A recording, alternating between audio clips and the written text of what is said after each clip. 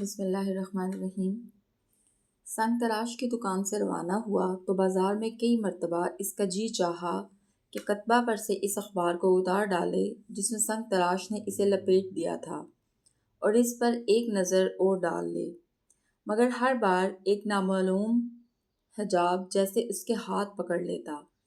شاید وہ راہ چلتوں کی نگاہوں سے ڈرتا تھا کہ کہیں وہ اس کتبہ کو دیکھ کر اس کے ان خیالات کو نہ بھانپ جائیں جو پچھلے کئی دنوں سے دماغ پر مسلط تھے۔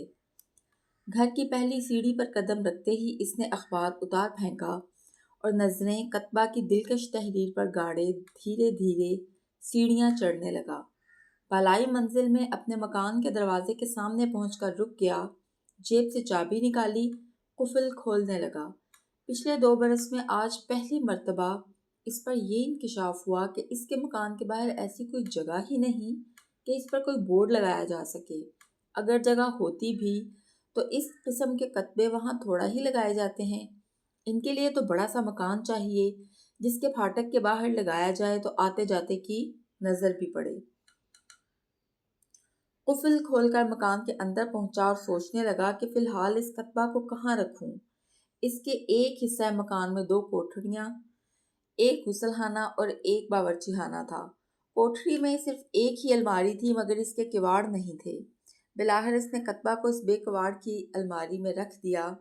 ہر روز شام کو جب وہ دفتر سے تھکا ہارا واپس آتا تو سب سے پہلے اس کی نظر اس کتبہ ہی پر پڑتی۔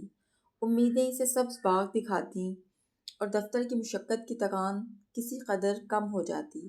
دفتر میں جب کبھی اس کا کوئی ساتھی کسی معاملے میں اس کی رہنمائی کا جویا ہوتا یعنی رہنمائی چاہتا تو اپنی برتری کے احساس سے اس کی آنکھیں چمک اٹھتیں۔ جب کبھی کسی ساتھی کی ترقی کی خبر سنتا آرزوئیں اس کے سینے میں ہیجان پیدا کر دیتیں۔ افسر کی ایک ایک نگاہ لطف و کرم کا نشہ اسے 8 دن رہتا۔ جب تک اس کی بیوی بچے نہیں آئے وہ اپنے خیالوں ہی میں مگن رہا، نہ دوستوں سے ملتا نہ کھیل تماشوں میں حصہ لیتا۔ رات کو جلد ہی ہوٹل سے کھانا کھا کر گھر آ جاتا اور سونے سے پہلے گھنٹوں عجیب عجیب خیالی دنیاؤں میں رہتا، مگر ان کے آنے کی دیر تھی کہ نہ تو وہ فراغت ہی رہی اور نہ وہ سکون ہی ملا۔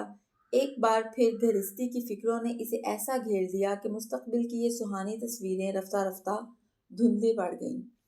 کتبہ سال بھر تک اسی بے کواڑ کی الماری میں پڑا رہا۔ اس عرصے میں اس نے نہایت محنت سے کام کیا، اپنے افسروں کو خوش رکھنے کی انتہائی کوشش کی، مگر اس کی حالت میں کوئی تبدیلی نہ ہوئی۔ اب اس کے بیٹے کی عمر 4 برس کی ہو گئی تھی اور اس کا ہاتھ اس بے کواڑ کی الماری تک بخوبی پہنچ جاتا تھا۔ شریف حسین نے اس خیال سے کہ کہیں اس کا بیٹا کتبے کو گرا نہ دے اسے وہاں سے اٹھا لیا اور اپنے صندوق میں کپڑوں کے نیچے رکھ دیا۔ ساری سردیاں یہ کتبہ اس صندوق ہی میں پڑا رہا۔ جب گرمی کا موسم آیا تو اس کی بیوی کو اس کے صندوق سے فالتو چیزوں کو نکالنا پڑا۔ چنانچہ دوسری چیزوں کے ساتھ بیوی نے کتبہ بھی نکال کر کاٹ کے اس پرانے بکس میں ڈال دیا جس میں ٹوٹے ہوئے چوکھٹے، بے بال کے برش، بیکار صابن دانیاں، ٹوٹے ہوئے کھلونے اور ایسی ہی اور دوسری چیزیں پڑی رہتی تھیں۔ شریف حسین نے اپنے مستقبل کے متعلق زیادہ سوچنا شروع کر دیا تھا۔ دفتروں کے رنگ ڈھنگ دیکھ کر وہ اس نتیجہ پر پہنچ گیا کہ ترقی لطیفہ غیبی سے نصیب ہوتی ہے، کڑی محنت جھیلنے اور جان کھپانے سے کچھ حاصل نہ ہوگا۔ اس کی تنخواہ میں ہر دوسرے برس 3 روپے کا اضافہ ہو جاتا جس سے بچوں کی تعلیم وغیرہ کا خرچ نکل آتا اور اسے زیادہ تنگی نہ اٹھانی پڑتی۔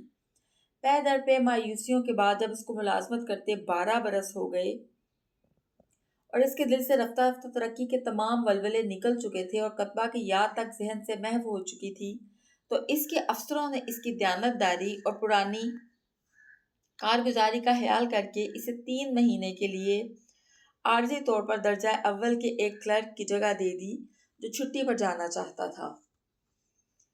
جس روز اسے یہ عہدہ ملا اس کی خوشی کی انتہا نہ رہی۔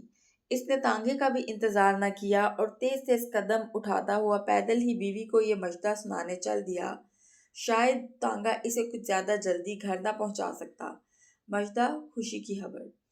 اگلے مہینے اس نے نیلام گھر سے ایک سستی سی لکھنے کی میز اور ایک گھومنے والی کرسی خریدی۔